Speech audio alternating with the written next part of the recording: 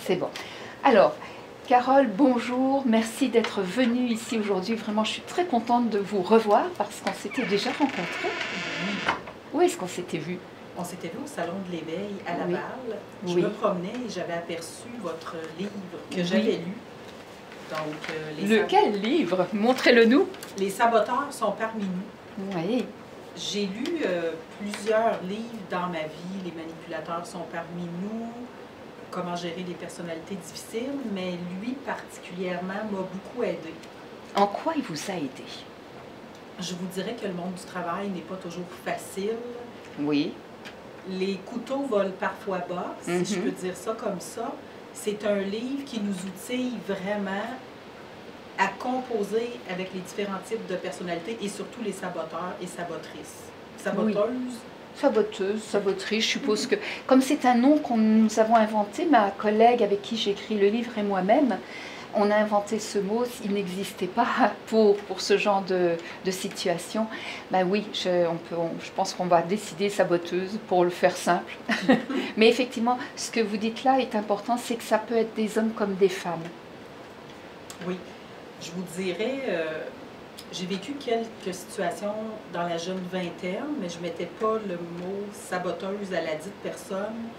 Les personnes ont différentes façons de saboter, de mettre les bâtons dans les roues aux individus qui sont d'un naturel déconcertant, qui veulent bien faire les choses, qui sont très perfectionnistes au travail. Oui. Donc, je trouve que les saboteurs visent surtout les personnes qui ont une bonne estime d'eux-mêmes, comparativement à eux, qui, pour se remonter, souvent vont un peu dénigrer le travail des autres. Tout à fait. Et souvent, effectivement, ils s'en prennent à des gens qui ont une certaine expertise ou qui sont bons dans leur domaine. Vous avez tout à fait raison.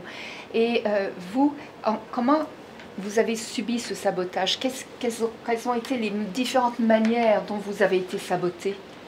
Je vous dirais que, bon, moi, je suis direction adjointe d'école. À un moment donné, c'est que par rapport à ces individus-là, on sent un malaise quelconque. On n'arrive pas à savoir pourquoi. Il y a toutes sortes de sous-entendus. Les gens autour de nous ne nous regardent pas de la même façon. Ça peut être de faire des sous-entendus que la personne a manqué de jugement dans telle situation, que telle personne n'a pas communiqué l'information. Mais dans le fond, la personne saboteuse nous donne des façons d'intervenir parce que maintenant, on utilise beaucoup les courriels, donc nous avons toujours une trace de ce que l'on envoie à la dite personne. Donc, je me sens davantage outillée à faire face à ce genre de personnes beaucoup plus solides. Oui, là, vous abordez effectivement un aspect du livre où on s'est penché vers les solutions et on explique, ma collègue et moi-même, que il faut rassembler le maximum d'éléments, s'arranger pour qu'il y ait une autre personne présente quand on est face au saboteur ou la saboteuse, résumer ce qui a été dit et l'envoyer un courriel pour qu'il reste une trace. Et c'est ce que vous avez fait, donc, dans ce que je comprends.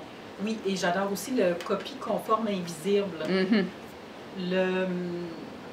Et le saboteur aussi, il ne faut pas lui donner trop d'informations, il faut lui en donner juste assez aussi.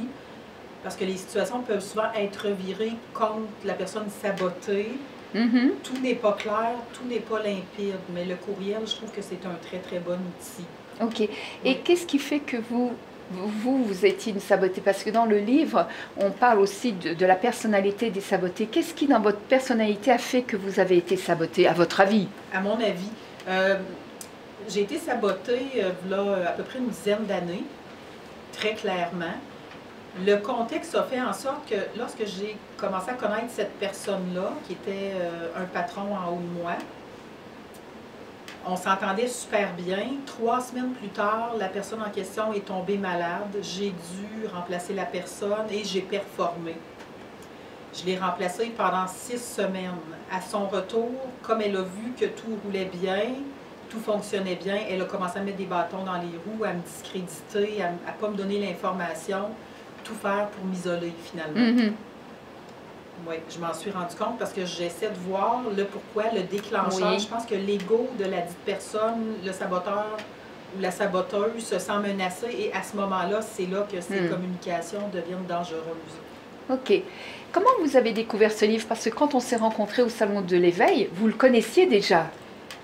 Écoutez, le titre, je l'avais trouvé assez accrocheur. À un moment donné, j'avais fait une recherche sur Internet. Les manipulateurs sont parmi nous. Puis, dans le listing, les saboteurs ont capté mon attention. Puis, lorsqu'il était sur les tablettes, c'est écrit en rouge. Donc, ça a vraiment attiré mon attention. Puis, je trouvais que ça résumait bien ce que j'avais vécu. Mhm. Ouais. Mhm. Vous vous êtes reconnu Vraiment. dedans, d'accord. Par rapport à l'apport de ce livre, d'accord, vous vous êtes reconnu dedans, mais est-ce qu'il y a, il y a toute une partie de solutions? Est-ce qu'il y a des choses qui vous ont aidé? Est-ce que vous avez utilisé des solutions proposées? J'en ai utilisé plusieurs. Dans le fond, de garder un bras de distance.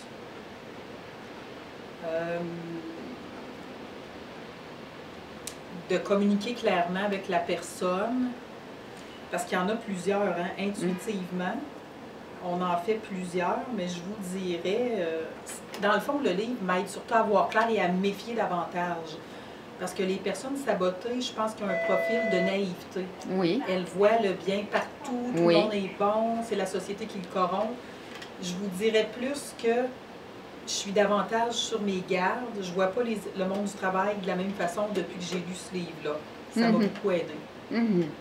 Est-ce que vous servez encore maintenant des outils que vous avez là-dedans, vous avez découvert là-dedans, indépendamment d'être plus sur vos gardes? Bien, je vous dirais, il ne traîne pas vraiment loin chez moi. Je le consulte régulièrement. Ah oui. Oui. C'est presque devenu une Bible. C'est une Bible. Et j'en parle aussi à plusieurs oui. amis. Oui. Oui. Ok. Est-ce que je peux vous demander, il y a combien de temps que vous l'avez découvert? D'après moi, ça doit faire au moins 5 ans. D'accord. Oui. Et il vous sert encore maintenant? Ah, vraiment, c'est d'actualité.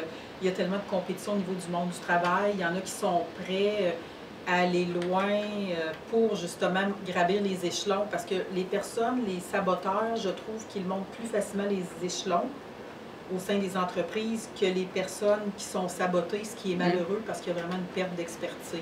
Oui, souvent. Oui. Ça serait quoi le mot de la fin par rapport à cette expérience et à ce livre? Écoutez, merci à vous d'avoir écrit ce magnifique roman-là. Parce que moi, c'est la première fois qu'on me dit que c'est un roman. Oui, mais c'est un livre, je vous dirais, roman dans le sens qu'il est joyeux. Il nous aide à composer, à avoir davantage de communication plus authentique. Parce que le saboteur va avoir des communications authentiques, mais ça va entraîner que le saboteur, dans notre façon d'interagir, n'aura pas le choix de s'adapter.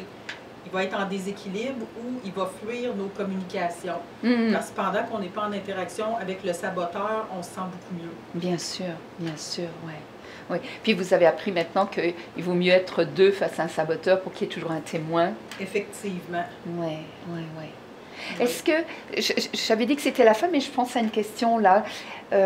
Est-ce que ça a eu des conséquences sur vous d'avoir vécu ce sabotage? Parce que dans les témoignages que j'ai eus, beaucoup de personnes ont eu des conséquences physiologiques, par exemple, ont dû s'arrêter, sont tombées en dépression, sont devenues malades, étaient anxieuses. Est-ce que vous avez eu des manifestations? Bien, moi, l'avantage que j'ai eu à ce moment-là, quand je vous parle d'à peu près une dizaine d'années, dans mon milieu de travail, je m'entendais très bien avec une psychologue.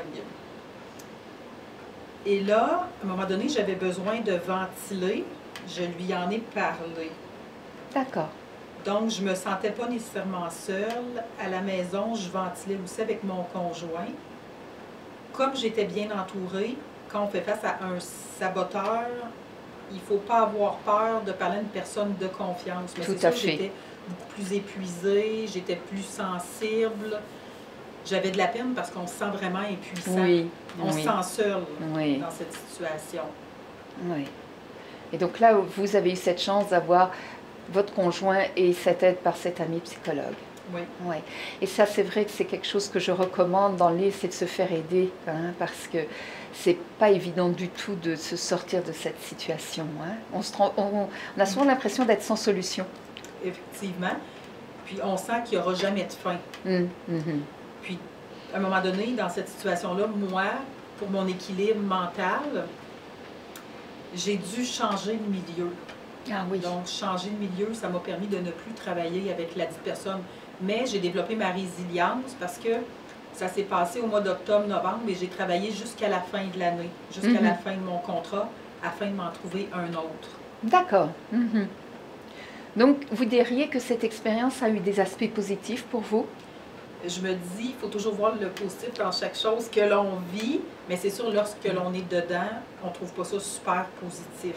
Non. Parce que c'est épuisant. Non, quand on est dedans, c'est effectivement très difficile. Mais avec le recul maintenant? Ah oui, je me sens beaucoup mieux. Oui. Ça n'a pas de prix, puis dès que j'entre dans un nouveau milieu, je vois tout de suite, je suis capable de les dépister maintenant. Écoutez, merci beaucoup pour ce témoignage. C'est vraiment un très très beau témoignage. Je suis très touchée par tout ce que vous avez dit.